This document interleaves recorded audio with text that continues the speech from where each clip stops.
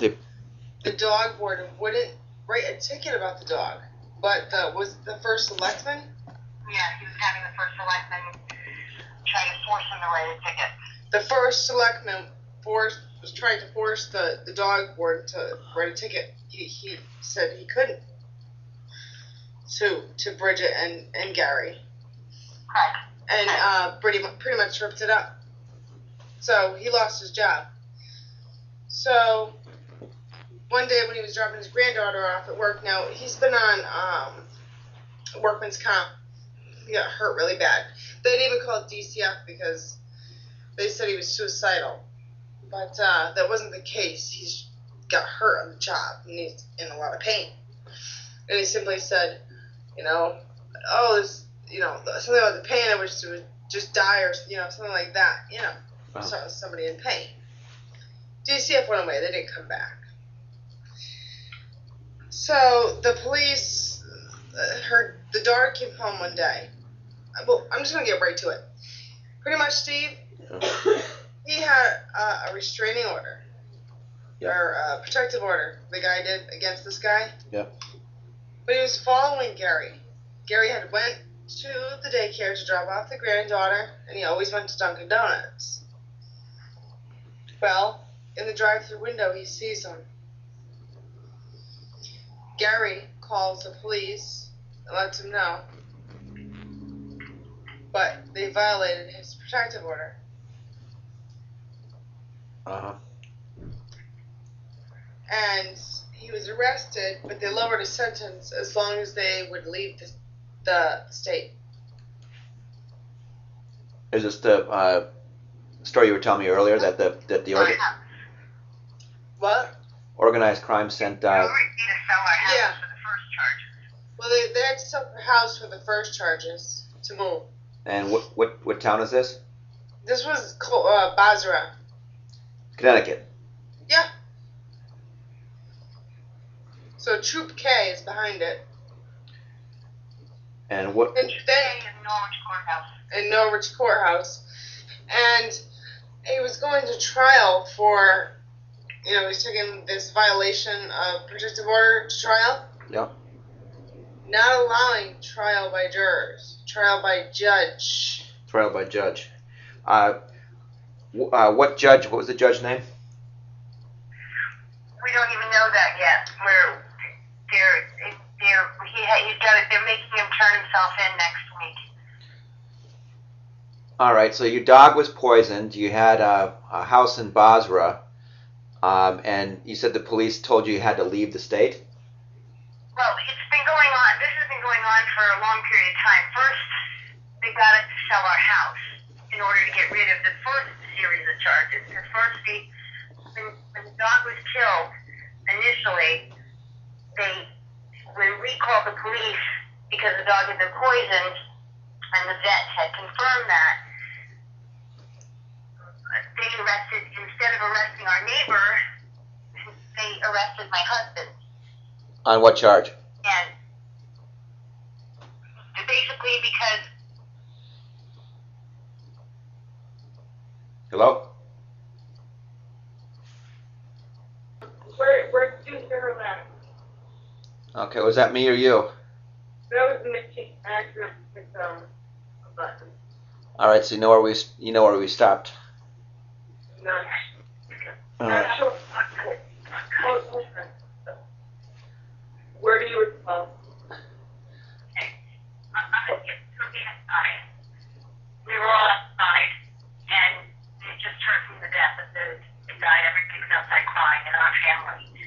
The neighbor drives by up the driveway, and he's going up the driveway, and normally he always would go by real slow, and he's laughing at us. My husband the only thing he had done at that point is he just yelled out and he said, "The police are coming," because we had called the police. Who was laughing? The neighbor? Yes. All right. So the police come, and we're trying to tell them, about police dying and passing, and that the vet had said that the chances are that he's poisoned. They said, "We don't have any proof." And we're like, "Well, the vet believes he was poisoned, and we're sending his body to be autopsied." And they said, "Well, call us when you get proof." But in the meantime, meantime, we're going to talk to your husband because he threatened the neighbor with a gun. We said he didn't threaten the neighbor with any gun. He said he didn't. He didn't threaten him with a gun. He didn't threaten him with anything. He just told him the police were coming. All right. And the state police said, well, it doesn't matter. If him and his wife make a statement, it is what it is. So then the next day, Sunday morning, my husband, before church, I didn't have any checks on me, so I had to go to the bank, to the ATM to go grab cash. He left, the neighbor happened to be in front of him. We lived on a small back road. He happened to be behind the neighbor. He goes to the bank, he comes back, 10 minutes, and then we go to leave for church. As we're going to leave for church, the state police all come driving up. The state police, they all come out, and they said, you're stalking the neighbor. We're looking at him, they said, what are you talking about? They said, well, you followed him. My husband said, I didn't follow him. I went to the ATM, I have an ATM slip. And the police said, we don't need to see your ATM slip. We have a statement. Yeah, they don't care.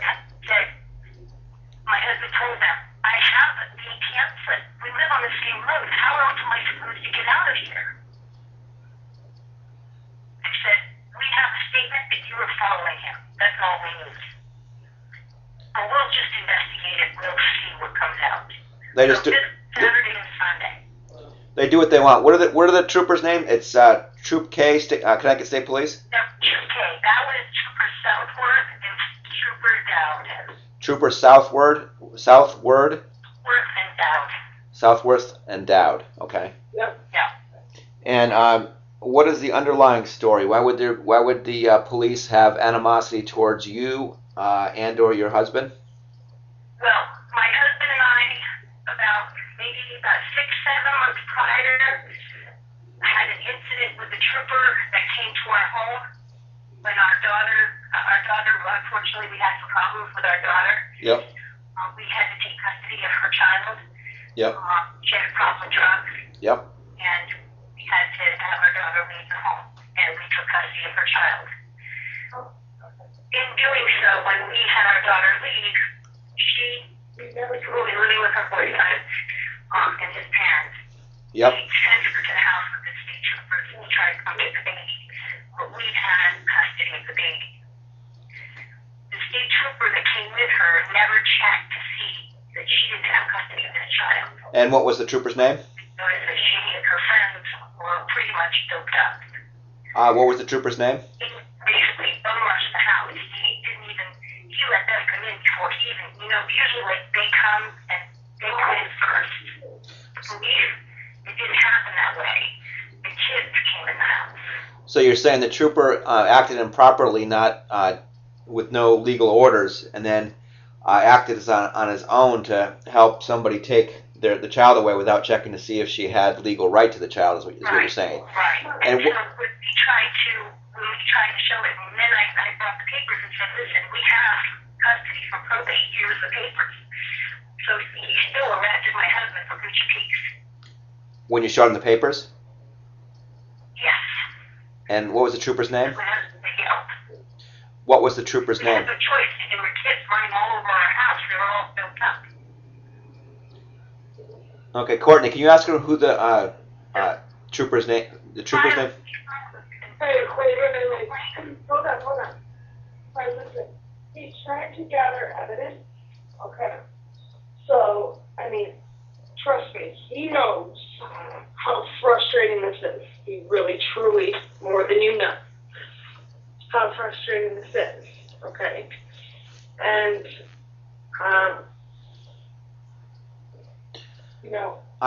part of it is just try to, breathe, relax, and talk to him and let him, like he has some questions, okay? And I know it's hard, and Steve knows even more, okay? So the questions he's asking you, they're for a reason, okay? Steve, do you want to do a call? Would that be easier, or can you hear her fine? I can hear her mostly fine as long as she knows what questions I'm asking. Just what was the trooper that went in and took the child when he wasn't supposed to, when he didn't have legal? What was the trooper's name that went in and took the baby when it was He supposed took to? the baby because he had to stop because we had legal papers, so he couldn't take the baby. Okay, so he never took the baby, but he attempted to. No. So what he had done is when he came in, the way he came in, it disrupted the entire house, and then arrested my husband and my daughter at the same time. Through the whole melee, the whole incident, the way it happened, I don't know his name. That happened so we hadn't even thought of. We just went and we filed a complaint at 2K. Against the officer. We went and filed a complaint. Hold on. Against the officer? Yes. At that time, we went and filed a complaint, and he was reprimanded. Okay, you don't have any paperwork anywhere with his name. The reason I asked you these questions is because we're going to name them. Well, Correct, Steve? anytime that I know of that anybody has lodged a police misconduct complaint against a Connecticut State Police officer, they arrest you, they want you to lose your property, and they want you in prison, period. Oh, I know. Believe me, they have called us every day to book him. Hold on, he's getting to something. Bridget, we really understand, we do. And to get this out, he needs to, ask you questions. That's all, okay? That's all. All right, so, we're for you. Yeah. Okay. I don't have it.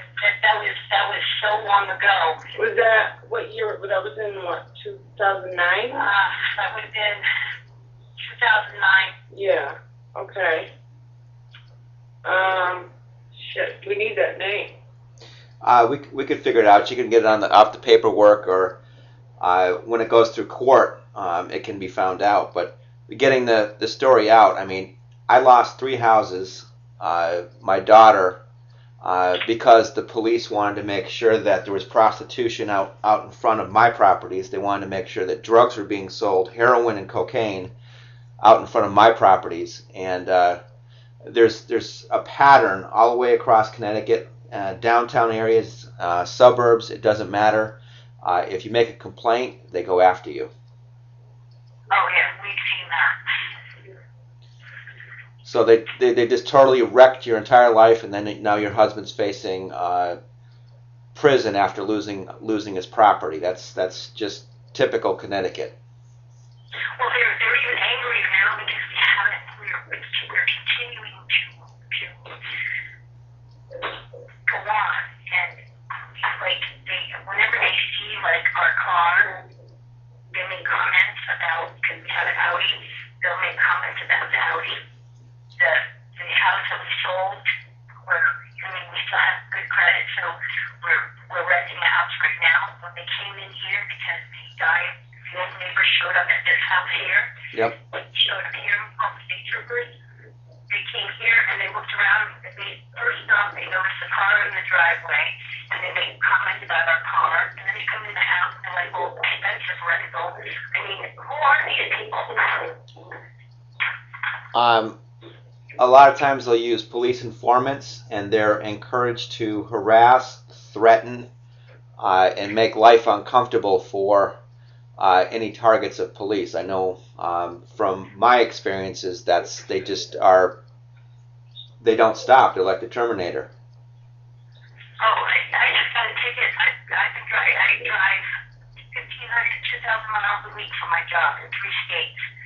And they just got me, paid to stop me, saying I was doing 82 miles an hour, and I was not. Yeah, it's the harassment is, they just keep harassing, and they until the victims of their harassment are in jail without property, the family's broken up. That's their pattern and practice. So the only way to fight that is to get the information out where other people hear about what's going on, shine a light on the cockroaches that they are. Well, Trooper Dowd and Trooper Dowd called the police court where we were in court for our granddaughter, and we report to Heather Kennedy, the woman that handled our case, and told her the most horrible things about my husband and I. It was unbelievable. I mean, he went on record saying absolutely, I mean, that there were drugs in our house, there were guns. There were guns in our house, there was a gun that didn't work, and they made it work. They actually physically made it, they couldn't get it to fire a round, but they got it to fire a primer. Yep. And this is how they managed it. I mean, they're trying to dismantle my husband completely. Yeah, that's why I'm not in Connecticut. I mean, raise a family, buy a house, work hard, pay taxes, and if you dare complain about any corruption of the state or police misconduct, and they will just dismantle your life. I know all about that. They don't stop. One of the things that they'll do is they'll put, if you made a complaint against a judge, they'll put that in any court cases. If you complain about a police officer, they may even sneak that complaint in the file folder, and what the judge sees, what that says to the judge is, okay, retaliate against these people. And state police. We say the same thing, like the guy the neighbor who's doing all this to us. Yep. We're not even allowed to say a word. All right. The state police are the executive branch. The people in the court are the judicial branch, and there's not supposed to be commingling of the branches. They're not supposed to involve themselves in the judicial process unless they're called as witnesses, and unless there's some sort of report that's going into a case. There's no need for calling. There's no need for it's like, retaliate against these people, do this, do that. It shouldn't be one big kangaroo court and police state like they have. Now, Steve, I had said to Brigitte that honestly the best way is to go live and to tell the story, and she does want to do that. And could you just give her your rundown on why it is good to go live? Well, people aren't reading stuff anymore. They'll watch videos. And if you put the keywords Connecticut State Police Brutality and cases like that, they don't want to have people human as far as showing actual victims. And the Hartford Current, the TV stations, they basically, the editors hang out with the heads of police, the heads of the courts. So, of course, they're not going to report what the police are doing wrong unless that officer breaks ranks with the other officers. Same thing within the courts. So the only way to get stories out is self-reporting. Okay, yeah, because we didn't know what to do. Should we try the media? No. We tried calling the Attorney General's office. No. They refused to talk to us. Bridget, Steve. Well, the Attorney General, they're supposed to take complaints, but then if they have complaints to take from citizens, their first job is to defend the state against lawsuits. So they're the wrong police. They're the enemy. They're not the friends. And so Steve can make a live video conference and put it online. Okay. And what is your husband's name? Gary. It's Craig. Craig what? Jurczyk. Jurczyk. Can you spell that? Yep. Jur. E. CZYK. CZYK. Okay. Yeah. Charlie Zebra YK. Okay. Got it. And we're not recording or anything now, Bridget. I am. I have it recording, but I can stop. Oh, okay. No, that's fine. It's not being published or anything. Right, just a second. I'm just saying we're letting her know where the corruption is and what the best thing to do is, Chief. Well, the only time you get any justice at all, or where they stop their harassment, is when it's exposed. You know, you shine a light on it, and then they worry about rigging a court case. Because if people are paying attention, then they have to worry. If nobody knows, then anything can happen.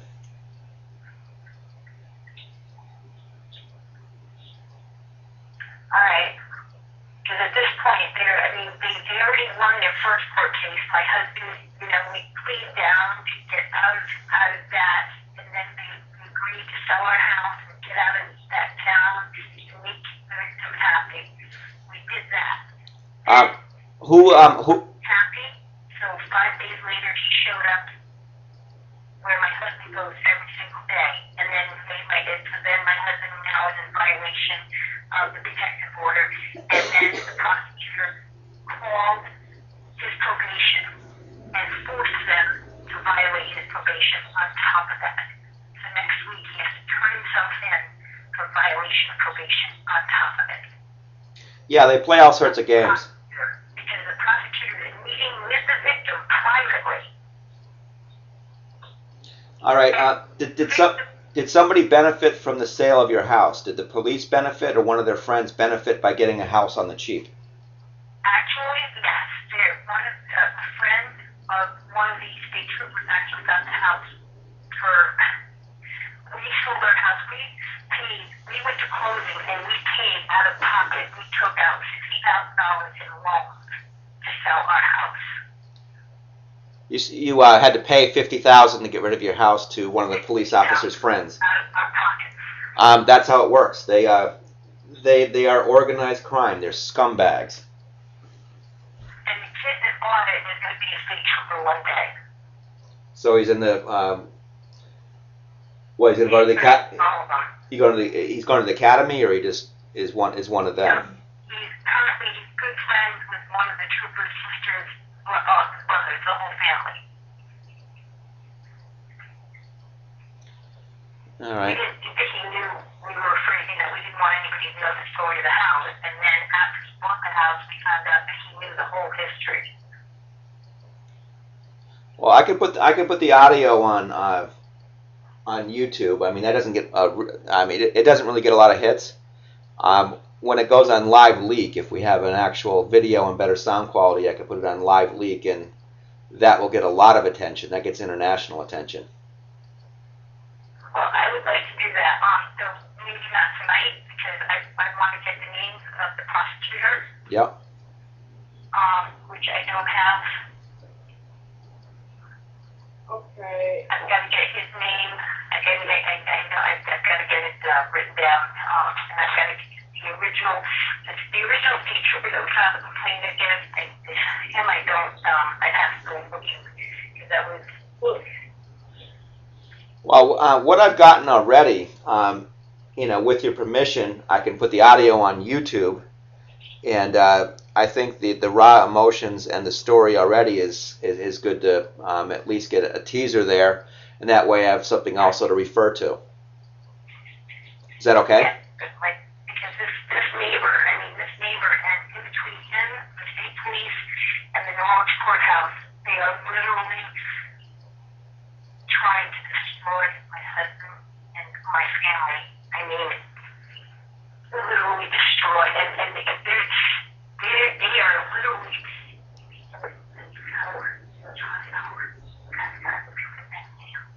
hasn't got a friend in the entire world. He's on a power trip right now. He's never been given this much power by anybody in his entire life. Who are you talking about? And prosecutors giving him personal financial information. Since when does a prosecutor give out another person's personal financial info? What's the prosecutor's name? Oh, how much money we're losing. Bridget, what's the prosecutor's name?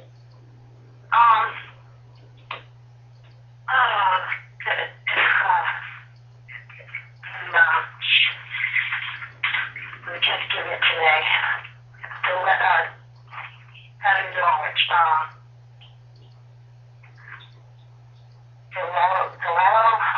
Deloro? I think that was it. What's his first name? No, hold on, I'm asking my husband. Babe? The prosecutor's name is Deloro? Yep. He doesn't remember it offhand.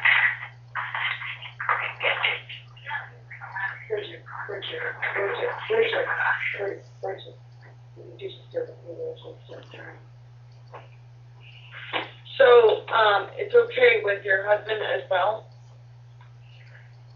Excuse me? It's okay with your husband? Oh, yeah.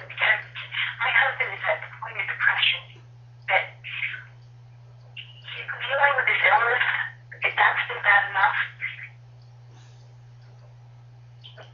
now it's the depression that is, I mean, this is on, he's afraid he's going to jail next week. For how long is he possibly going to jail? Oh, no, nobody will tell us anything. We've asked probation, we've asked our attorney. Nobody will say anything. They're not even saying he's going to jail. They're violating his probation because the prosecutor is forcing probation to do it. His court date is March 28th. But now they violated his probation, so we don't know what's going to happen. Violation of probation. We can't afford any more bonds. We paid. The last bond was almost $12,000. Last bond was $12,000. $150,000, but we paid $12,000. What charges are hanging over your husband? Right now, the charge is violation of protective order. And then next week he has to turn himself in because the prosecutor called probation. Because probation was not going to violate probation. They weren't going to do it. But because the prosecutor called, he went above his probation officer's head and went to the boss and said, I want to violate it. And by doing so, our attorney said, it now means he can't have a trial by jury. He has to go trial by judge.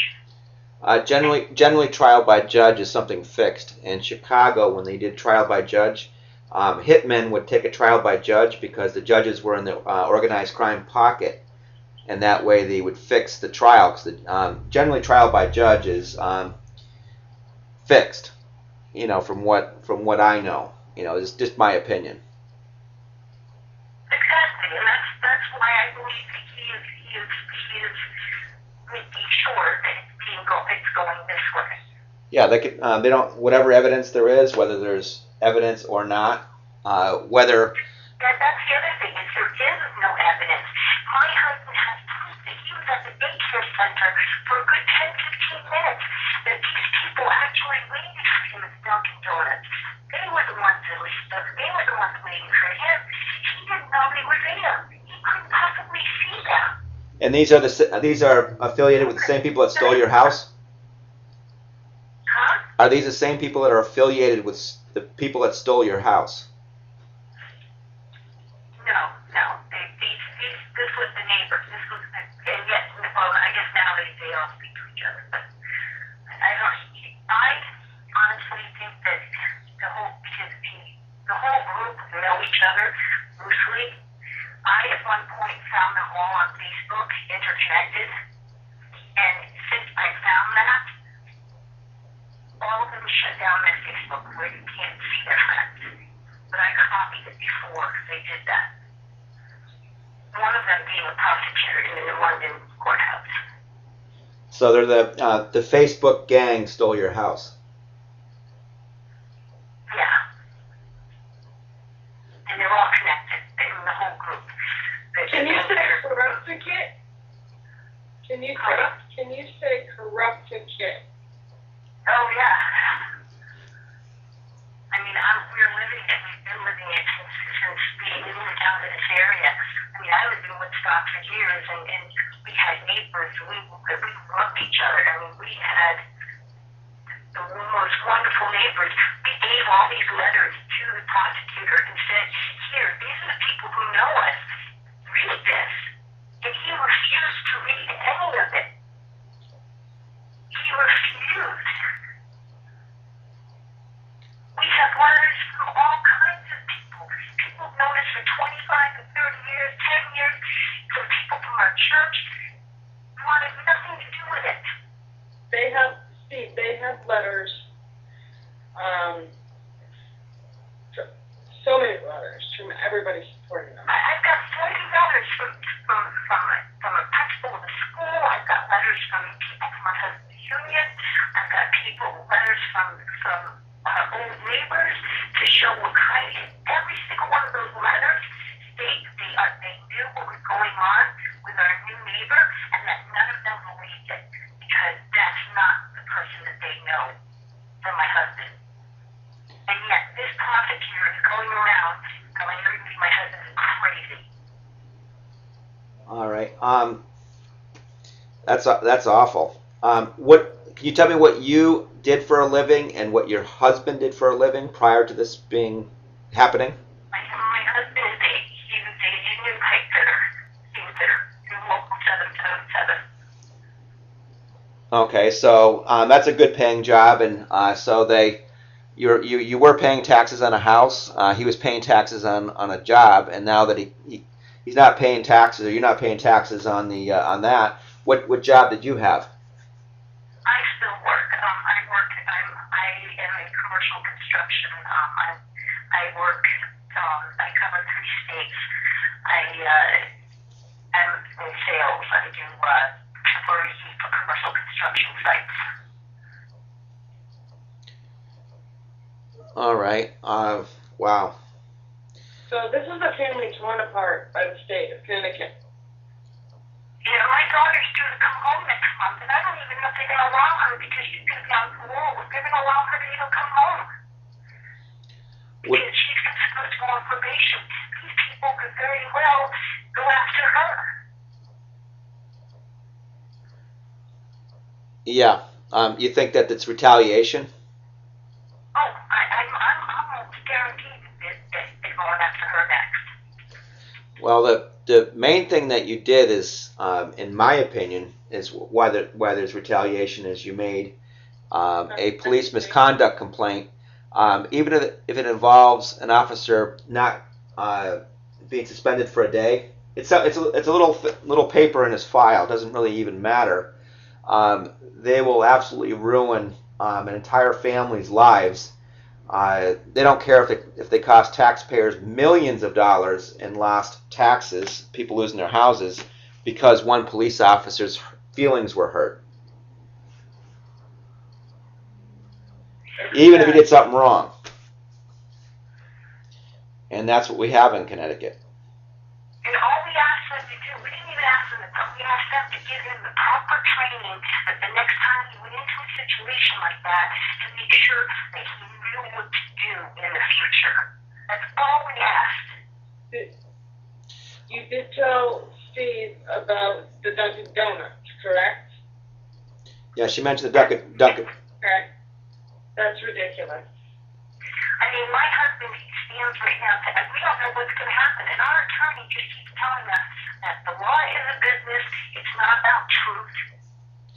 And that the judge doesn't want to hear about conspiracy theories, that he doesn't have time to deal with conspiracies. They want to work Tuesday through Thursday, go golfing on Monday and Friday, get all sorts of money. They don't want to have to actually sit on a trial. They just want to have somebody else stamp their whatever court cases they have, so they don't have to go to court. and then they're out golfing. And prosecutors, they take, like in Waterbury, they take bribes, from the drug dealers, organized crime drug dealers. Lawyers make all sorts of money, and I think there's 24 lawyers that are on the Judiciary Committee. They're legislators, but they're lawyers, but they're legislating for lawyers, and it's about whatever money they can get. And a lot of these elected officials are in for tens of years. And when you have somebody that's a career politician, they know the judges, they know the police, and they screw the public over. That's why I'm surprised that people continue to elect lawyers. We need to do away with judges completely. We need grand juries that are both the prosecutor and the judge on cases. Where you have a grand jury, hear what you have to say, and it's neighbors. That not people that you know, but it's people that care, not these organized criminals that are in the courts. It's about just taking your last dollar. They'll take your house, they'll take your freedom, they'll take everything in your bank account, and they like you to just die. Get depressed, get sick, commit suicide, become a drug addict, alcoholic. That's what. I know this. Sergeant Hassett at Troop K told my husband that he's lucky if he didn't. This was when this all first started happening. He told my husband that he was nothing but a low-life convicted. He told me what kind of woman marries a convicted felon. And my husband got in trouble when he was 18 years old. Has never gotten in trouble since. And here they are, they're bashing him. And then they told him, they sat there, and when this all started with the neighbor, they sat there and they said to him, they said, you'll be lucky if you go to serve 20 years, and you should be worried about ever going home again. And then they said to him, you're just jealous of your neighbor. And the stuff that they said to him, was absolutely heartless. And it didn't stop there. They treated him like a scumbag over and over and over again. The things that were said to us in front of our church, in front of people from our church, our pastor's wife was there at the house when they came, and they came in with guns blaring. You roll? Yeah, they don't act professional. They don't act courteous. They're paid with tax dollars, and they're out harassing and shaking down taxpayers. And what's going on in Connecticut is going on across America. Either people have to stand up against these goons, and what happens with these international corporations and banks when they are done with the services of these police officers, their pensions are going to be stolen. So these Connecticut State troopers and the police officers are going to be victims of these criminals too. When they're no longer needed, they're the ones going to be screwed over too.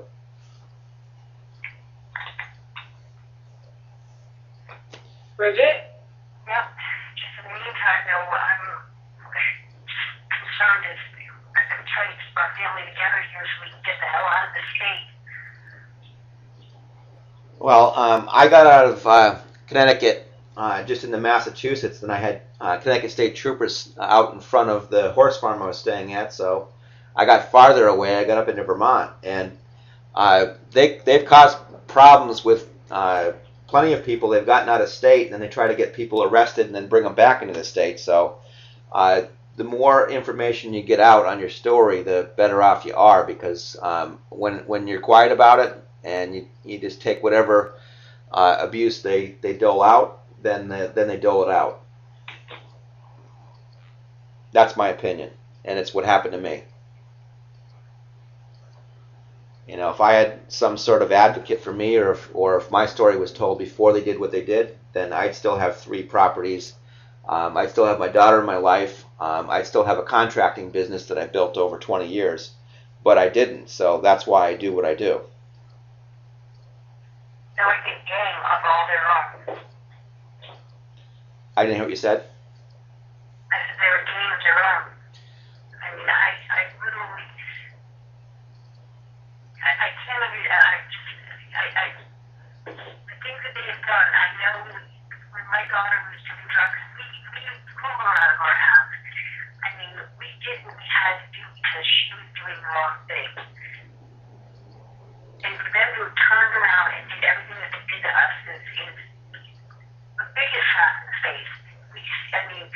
We stood by our daughter, but we also made her, we put her foot to the fire and made her change. And she's, she's sitting in a prison and she's clean, she's sober, and she's going to come home hopefully.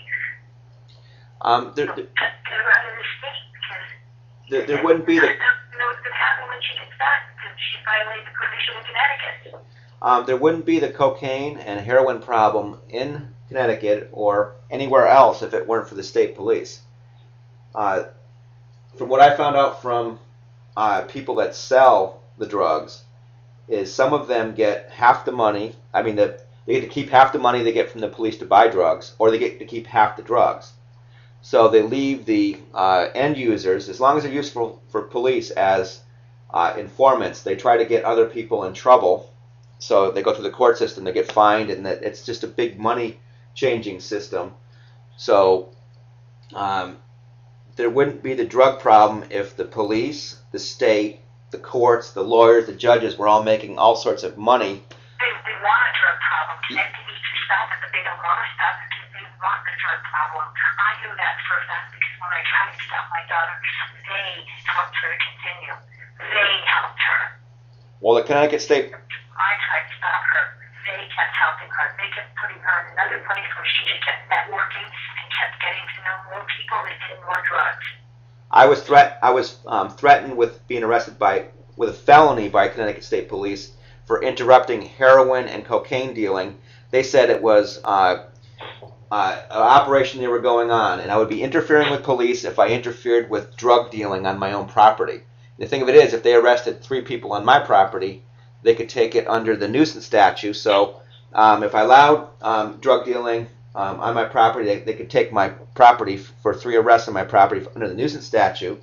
If I don't do anything, there's drug dealers on my property, and if I do something, I could be felony arrested for interfering with police because I'm interfering with crime. So it's such a screw job that they're organized crime, and it's just sickening that honest people have to put up with the bullshit that the organized crime, which are the police, are doing. And it's the courts, and it's the Connecticut government, all a bunch of scumbags.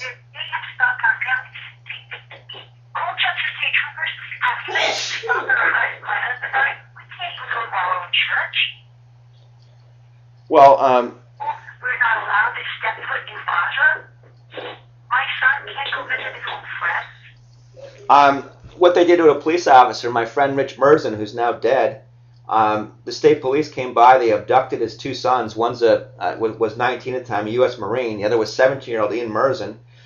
Ian, I guess the state troopers choked him to death, and he had to be revived. He was in high school. He was dating a girl, so the state police called the school to get the principal to make sure it broke up the 17-year-old's relationship. He ends up quitting school. He got on drugs. So these police are just out there using cutouts, which are informants, and they just go after people like they're organized crime. They're just a bunch of scumbags. They'll do their own, and they'll do it. Rich Merzen, I guess, arrested an organized crime heroin or cocaine dealer against his Hartford police captain's wishes, and so the whole family and extended family for almost 2 decades is paying the price of getting in the way of organized crime drug dealing, heroin and cocaine. So they do their own in.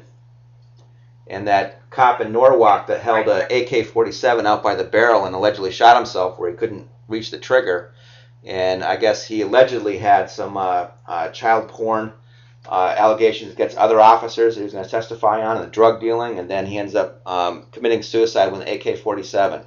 Yeah, right.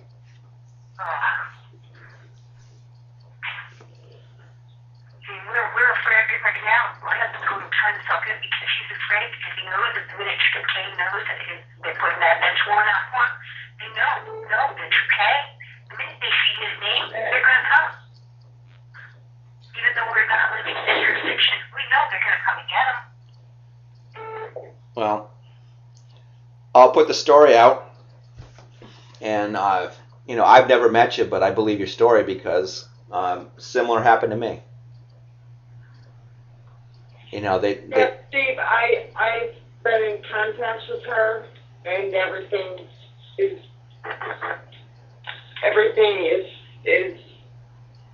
right where it seems. well, the thing of it is, the same story is being told over and over and over again. It's just different victims' names. I've heard that I've run into people on my job sites because I travel quite a bit, and I've run into other people that have run into Troop K and had the same story. A little bit different troubles, but Troop K doing the same thing. Well, Troop K was involved in Rich Merzen's sons being abducted out of the house, and they ended up having to move out of. I think it was Colchester. My mind goes blank, but I think it was Colchester. There was, I guess a guy was at. I think it was the Colchester McDonald's. This is back about 20 years ago. A guy had baggy pants, so the town police beat the guy up for having baggy pants. Phil Inkle saw the kid get beaten up because he had baggy pants, made a police misconduct complaint. Then Phil Inkle got beaten up at the McDonald's because he made a police misconduct complaint. And then Steve Merzen, that's Rich Merzen's son, saw that Phil Inkle got beaten up, so they abducted and beat up Steve Merzen, and they arrested him. And the police paid $10,000 to have Stephen Merzen killed. He was stabbed 13 times by a police informant who's a felon on probation. So Steve Merzen, the stabbing victim, was facing six months in prison for being stabbed, and David J. Taylor, the felon on probation who stabbed 3 people, almost killing 3 people, wasn't violated on probation. So Connecticut courts are fixed, and that's you know. I know Connecticut courts are fixed. I'm seeing that. It's so blatant. It's not even funny at this point. When my attorney keeps telling me that it's a business, I'm so angry. I'm beside myself, and I keep arguing with him. And at this point, I don't know whether to fire him or I don't know what to do. I'm absolutely beside myself. I don't know if I should just find a high-powered attorney out of this area that doesn't know. You're better out of the state of Connecticut to get an attorney. When I went out against Judge Jonathan Kaplan, trying to get a judge to, a lawyer to do something about his judicial misconduct, I was in Springfield, Mass, finding lawyers that had a Connecticut and a Mass license, and Judge Jonathan J. Kaplan's reputation was so bad. They called. He said, "You want to go against Satan? We will not go against that guy because we'll lose our law licenses, and the man just won't stop." He got a Barbara C. Johnson. She was a Mass candidate for governor, independent party. She was also a lawyer. She would go into Connecticut, and on her blog she wrote about a Connecticut judge, and then she ends up being disbarred, put in jail, and basically she's in exile in Costa Rica, and she wrote a book about the corrupt judicial system in the United States, which I guess is worse than Australia, because if a judge or lawyer or whatever else tells about the organized crime stuff that's going on, then that lawyer or judge or police officer can just be shot, or a person is just shot for exposing the criminality of the courts, according to Barbara Johnson. One complaint about one state trooper, we had this kind of a down. I mean, it has not mattered. Every time we've spoken to every state trooper, it hasn't mattered. If we say anything, they don't want to hear it. They don't want to listen. Even if we show them proof that the neighbor had done something, he was right and we were wrong. He killed our dog, and that's okay too. He did this, that's okay too. But when it came to us, when they put that article in the paper about my husband and put convicted felons down with drugs and weapons, come on. That was absolutely the biggest lie. There were no drugs. It was a gun that had never operated, and it was him by his father. The only thing he had left after his father passed away. Well, Bridget, if you know, once this is going to go live, what would your comment be to the audience listening? What would you say to these people? What would you really want them to know? That we can't let these people have this kind of power. We can't have this kind of power to be able to do these things to our lives. And then to give somebody like my old neighbor this kind of power over our lives. Because this is, they have literally, between the court, the state police, and our old neighbor, these three entities have dismantled our lives. They've taken us out of the town, they're putting us out of the state. Mind you, I'm so happy to leave Connecticut, it's not even funny. But protect yourself. I mean, if you even have a friend in the state troopers, we have a good friend, Lieutenant Darcy, very good friend. We've known him for over 20 years. My husband worked out with this man. When my husband called him when all this started going down, as little as he knew my husband, you know that he would not even call and give my husband a good reference or call these guys and let them know this guy is not this person. He would have been killed if he did. He would have been killed if he did. these police officers, maybe not killed, but they. Not touch him. Because his career came first. No, it's more than that. It's the repercussions. Well, lawyers that defend police officers against bad police officers, they end up disbarred, and the police harass them. I know of a attorney who's been disbarred, and the Connecticut State Police don't even leave him alone. He's just terrorized.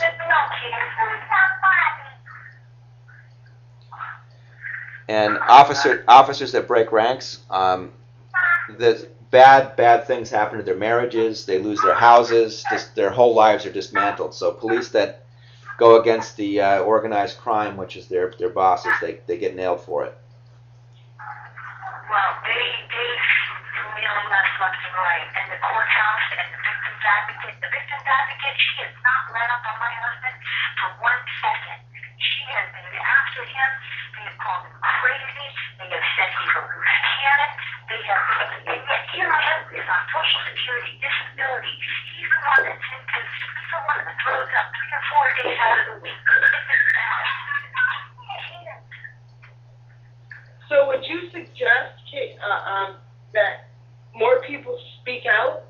Would you please? Well, they need to, because if nobody speaks out, this stuff is going to continue. I'm trying to get people, even from my own church. I mean, when this first happened, I went on my Facebook and went to say something.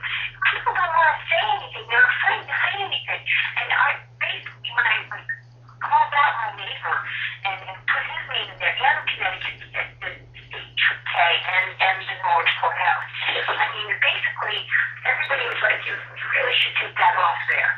I mean, you're saying that is I'm being told not to say anything, and yet these people have the right to publicly tell. Who's telling you not to say anything? My financial business. He has the right to know anything he wants Bridget. to know about me. Bridget, who's telling you not to say anything? What was that? Who's telling you not to say anything? Just people from the church, people just in the area, they just kind of feel that you should Just take it. Well, Just let it go. and it'll go away. Pray. The Yeah. praying is not helping. I'm sorry. You know what? We can't go to our church anymore, and I hate to say it, I don't go to any other right now because praying, I've exhausted prayers. Prayers didn't help me. Every time we went to court, and everybody in the church prayed, guess what? There isn't a prayer that's going to help you against the state police or against the courthouse. Well, There's no prayers for that. what the system needs to be fixed in Connecticut and across the U.S. because it just does. And Constantly being thrown out the window, because that's what they are. My husband's rights are being trampled left and right. And when I'm being told, when I get a letter from my attorney, because I was going to file a small claims suit against my neighbor on my own, yes, my dog, because even though the police dropped the ball on Toby's death, he killed Toby. There's a dog warden who testified and said that he told him on 3 occasions he was going to poison the dog, and the dog was poisoned. We had proof of that. We had an autopsy. That dog was poisoned, and I have no idea who's wrong. I live in the woods. What's the name? Who is the? Almost said the same thing. The dog never roamed. Okay. Hold on, Steve has a question. What is the person who allegedly poisoned the dog? What is his name? John Howard. John Howard? Yeah, he works for Mohawk Farms, which is a division of Land Lakes. It's the old Hopcross Farms in Basra. Mohawk Farms in Basra? Yeah. It's a subsidiary of Land O'Lakes.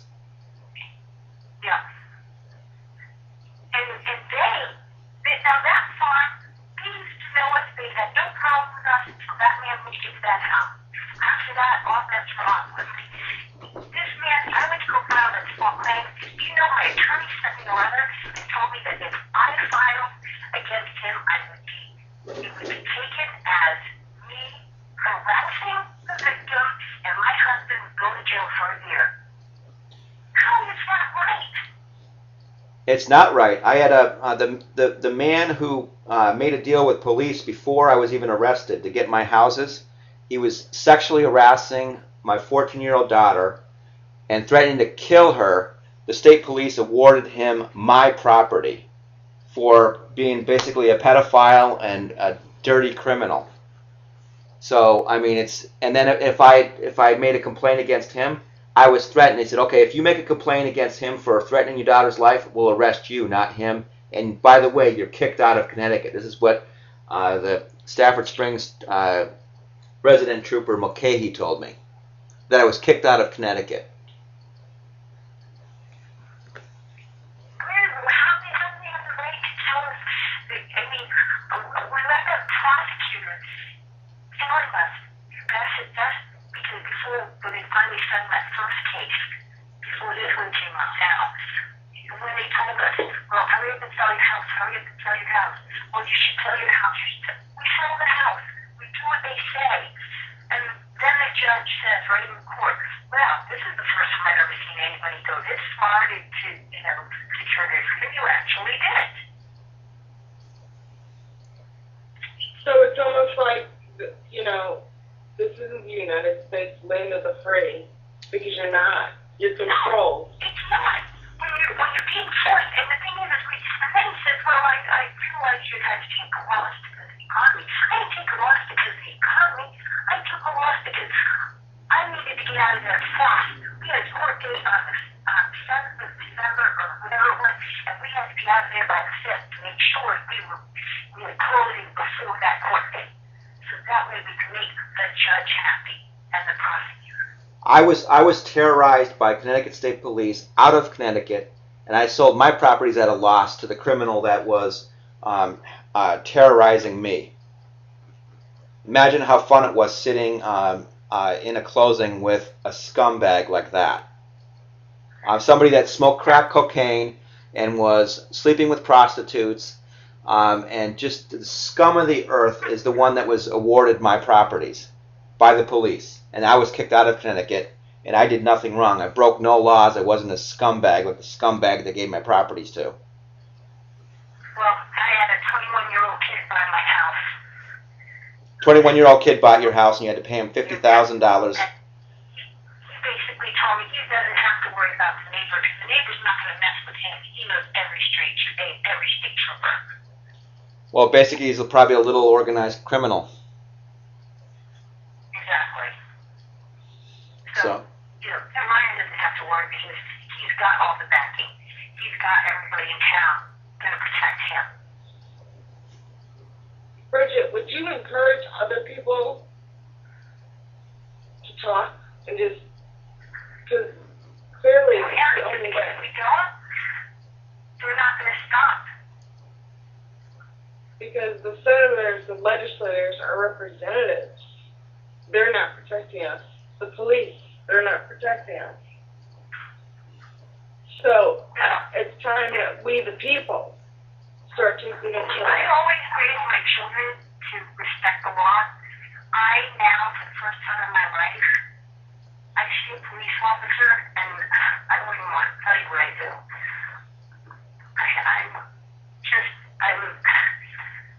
We understand. They've gotten worse since they've hooked up with Homeland Security.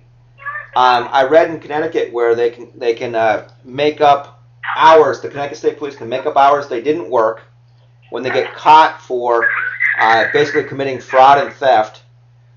They're not prosecuted and they don't have to pay the money back. What type of crap is that? It's a license to steal, badges to steal. Do you want to pause for a second?